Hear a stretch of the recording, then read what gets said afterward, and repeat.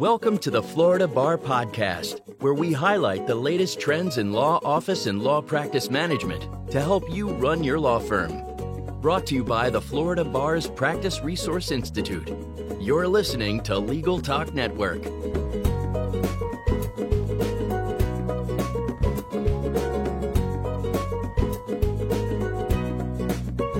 Hello, and welcome to the Florida Bar Podcast, brought to you by the Practice Resource Institute on Legal Talk Network. This is Christine Bilbrey, recording from the 2017 Annual Florida Bar Convention in Boca Raton, Florida. And I'm Jonathan Israel, Director of the Florida Bar's Practice Resource Institute. Thank you for joining us today.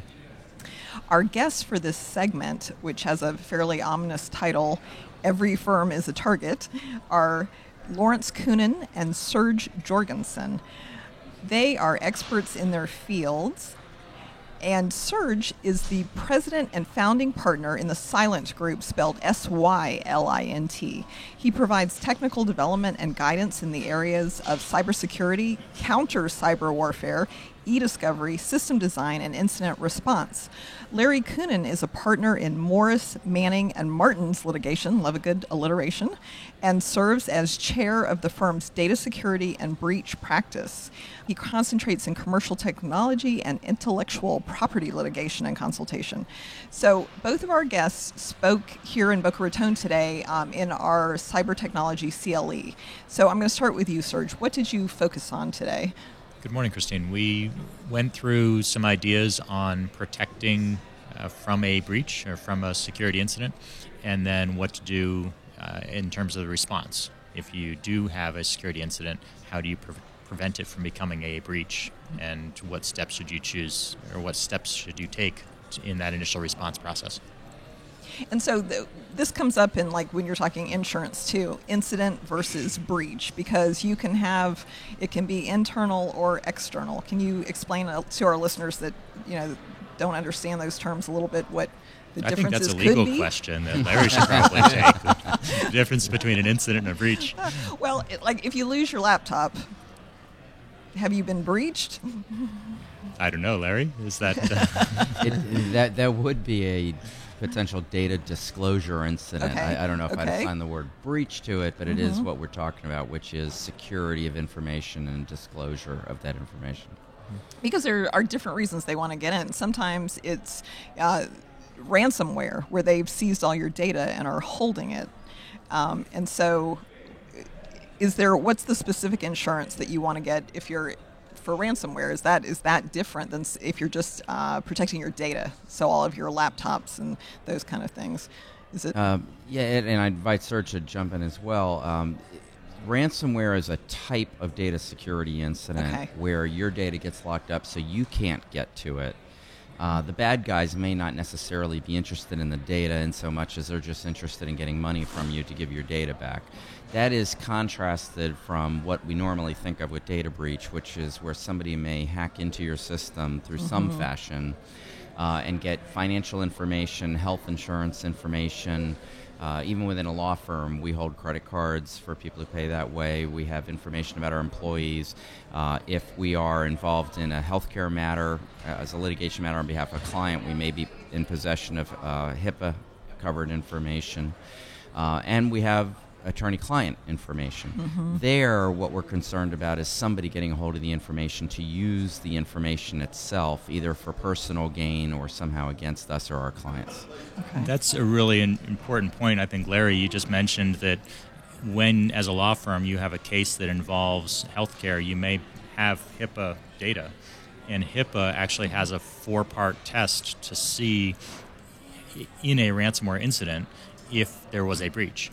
And so they're almost assuming that there was a breach and asking you to prove that it wasn't, and that it was just an incident and that no one else had unauthorized access to the information. And that's what could change between the incident is something happened, I lost access to some data, or I deleted some data, but it's a security incident, but not necessarily a breach. Okay. And then the other way is if I lost access to data and somebody else accessed it, now we have a breach. Thank you. That's what I was looking for, trying to clarify it.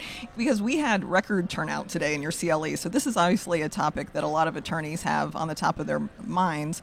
And so, Larry, what are some of the points that you wanted to drive home to the people that attended the CLE? Well, the first segment, which I spoke, was on an attorney's ethical obligation with regard to data security. And we did it first to kind of set the stage of why a lawyer should care. Everybody hears about data incidents every day in the news, whether it's some kind of breach, some kind of ransomware. But lawyers tend to forget about themselves. And as the story that I told was that I started thinking about this when we were moving and I had some old computers that my wife wanted to donate, and I put the brakes on it, realizing that I had the mother lode of attorney-client privilege information on it, and started really digging into what are the ethical rules, not only in Florida but in other states as well. And to hit those major points home, under the ethical rules themselves, there is the competence rule that has been interpreted to mean technological competence as well. There's the keeping client information confidential rule. There's the rule about keeping clients informed. And then a rule that gets overlooked a lot is the obligation of an attorney to make sure that the attorney's staff within the firm is also properly trained and educated, because if an assistant, for example, were to be careless and a data disclosure incident occurs as a result, the attorney is responsible for that person who's not subject to the rules of Florida Bar. And then trailing off of that, there is a lot of advisory opinions, ethical advisory opinions in Florida and other states that basically talk about the duty of an attorney to make sure that devices are known that store information, including copy machines, that they're properly cleaned when they are disposed of, that if you're going to use storage, cloud storage, you need to vet the vendor and understand where is your information being held, is it protected, is it encrypted, and when you sign up with vendors who may provide ESI services or other outsourced services for the firm, what is their data security protocol? All of this is put on the attorney and connected through ethical obligation.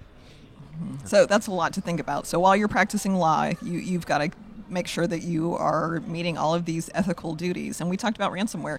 And Serge, I see in your bio that you also have a tracking device, a HIPAA compliant patient location. What is that? I'm curious. It was a project that we worked on almost 20 years ago now, working on identifying people's status if I've fallen and I can't get up.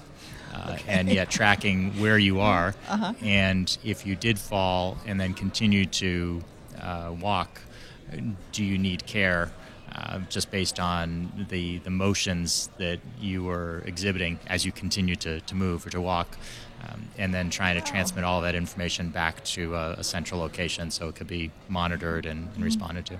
Okay, who knew that there was that much data about you stored somewhere in the world? That's a little bit eye-opening. A little bit.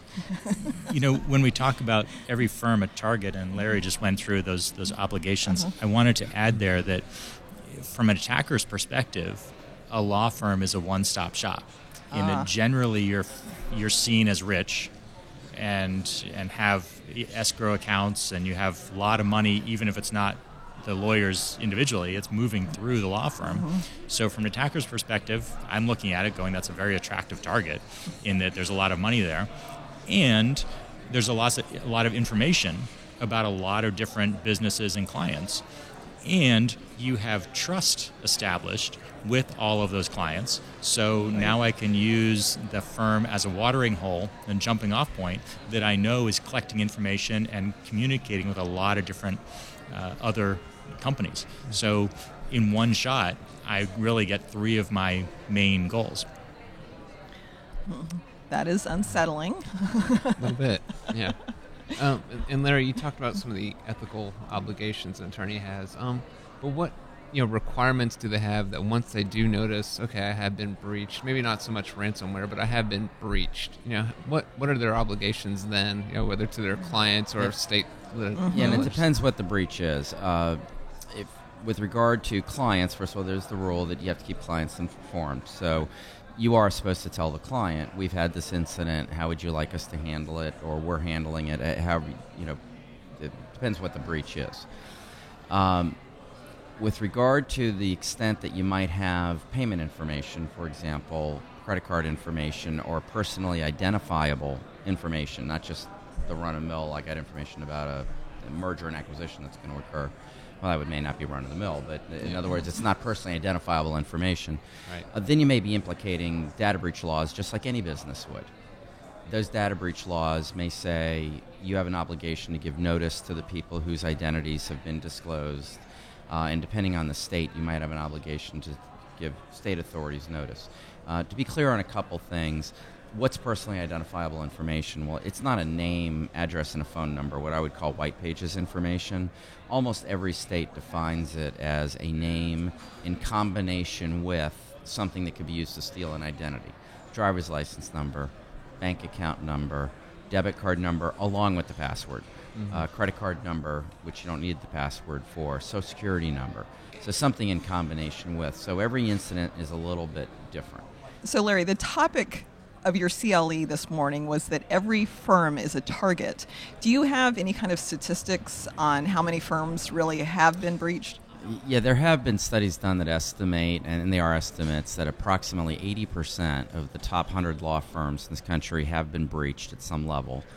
And most of them don't even know it. Somebody got in, scoured around. But that is a percentage that's high enough to get the alarm of any lawyer that they are a target and people are after information. And when we talk about what is the information they're after, we've mentioned healthcare information, credit card information. But think about the firm, especially a larger firm, that is engaged in an M&A between a public company and either another public company or a private company.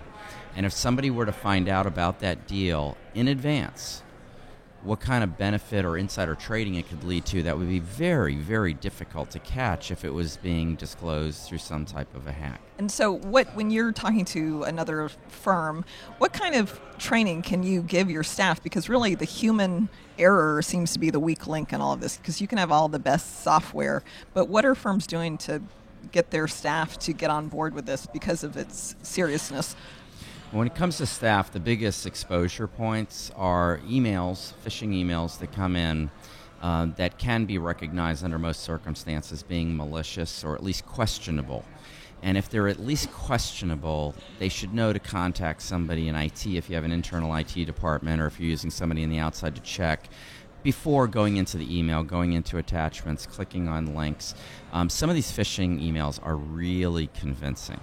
And they'll spoof a FedEx, a UPS, a bank, Wells Fargo, I know I've seen. And they do look real, and you just have to have your radar up. And the other exposure points for staff people, because they don't have the ethical obligations to not thinking about it, is to remind them we are holding attorney-client information, and if information is to be delivered to a vendor, how's it being delivered to the vendor? Make sure they ask the attorney. But just make sure the staff is always thinking about the data security to the same level that the attorney should be as well. It's really critical, though, that firms prepare for the times when the passwords are exposed or somebody has access to the system and is able to track what that person did on the system.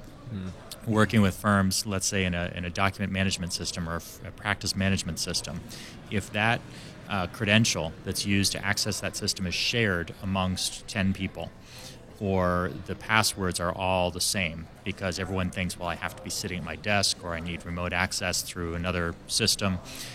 Once somebody gains access to that system, tracking what a particular person did with that access becomes critical. The days of thinking that we're going to stop the attackers at the edge ended 10 years ago. So to think that you can prevent users from clicking on a fish or prevent users from opening an attachment that they shouldn't is over. That's an attack methodology that's been so successful. There's really nothing that you can do to prevent a user from opening that document. So you have to assume that the attackers are going to get credentials. They're going to have some level of access to the system. And if the firm is unprepared to deal with the next step, then you end up with an incident that becomes a breach because you can't definitively say that for that hour or for that week when the password was in the wild and somebody had access to the system, that they didn't go rifling through the practice management tools or the document management database. Well, and it's interesting to me because usually the breaches that we hear about are the ransomware, because now they want Bitcoin payments, and that gets a lot of publicity. Are there any signs that you've been breached? If all these firms have been breached and don't know it, if it's not ransomware, short of having your identity stolen, what are some signs? So from an attacker's perspective, when we were talking about law firms being an attractive target, only one of those you would ever notice, and that's the monetization.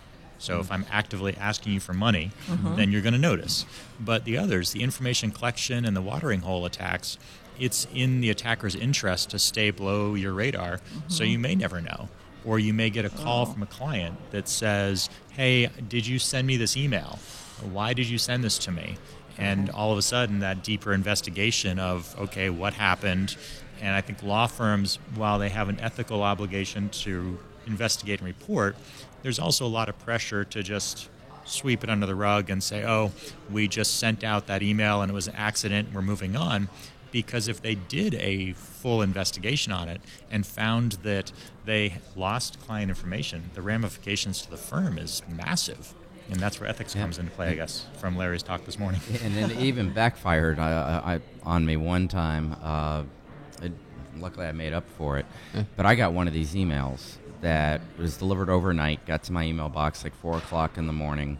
It was somebody in Europe who said, I am looking for counsel in Atlanta who could help with that was a trade dress issue, had some attachments to it. I didn't know who the person was. I really didn't pay much attention to the email, and I very quickly deleted it. My radar was up.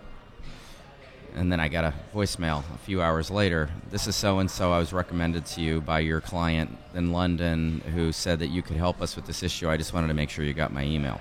Oh. So that was being maybe a little overly careful.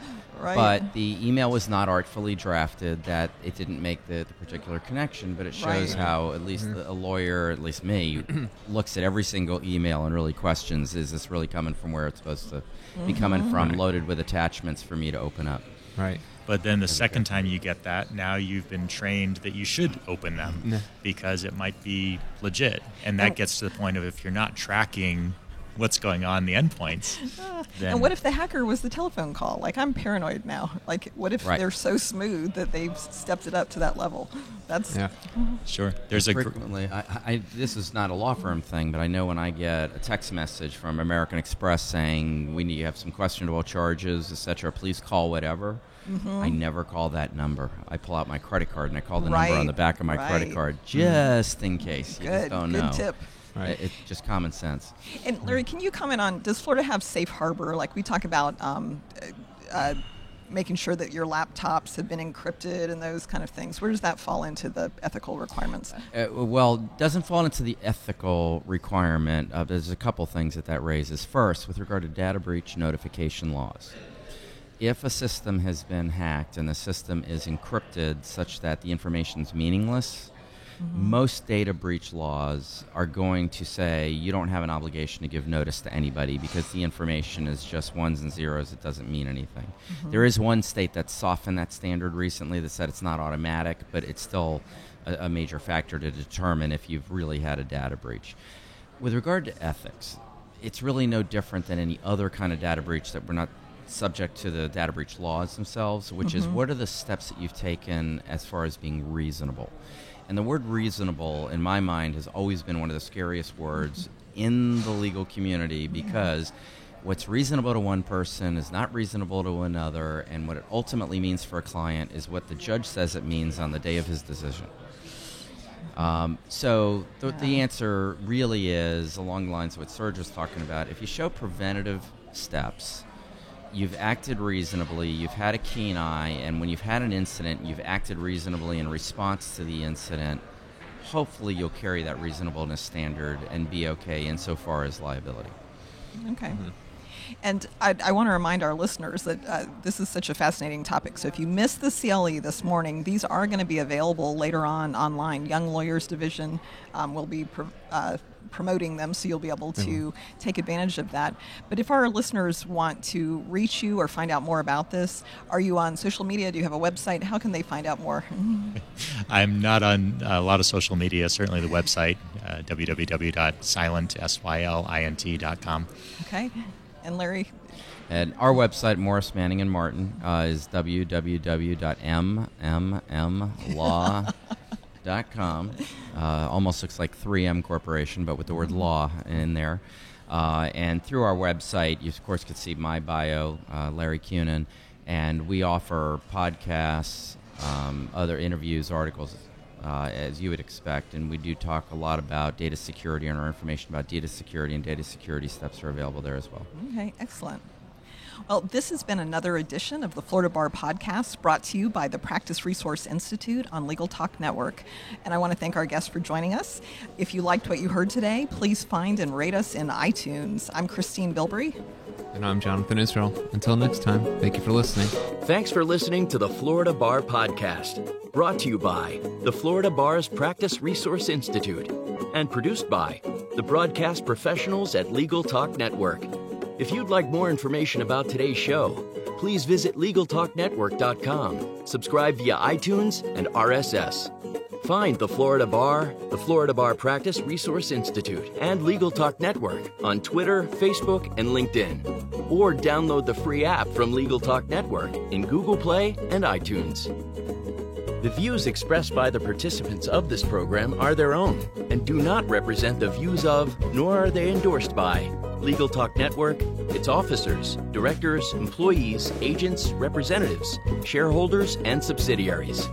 None of the content should be considered legal advice. As always, consult a lawyer.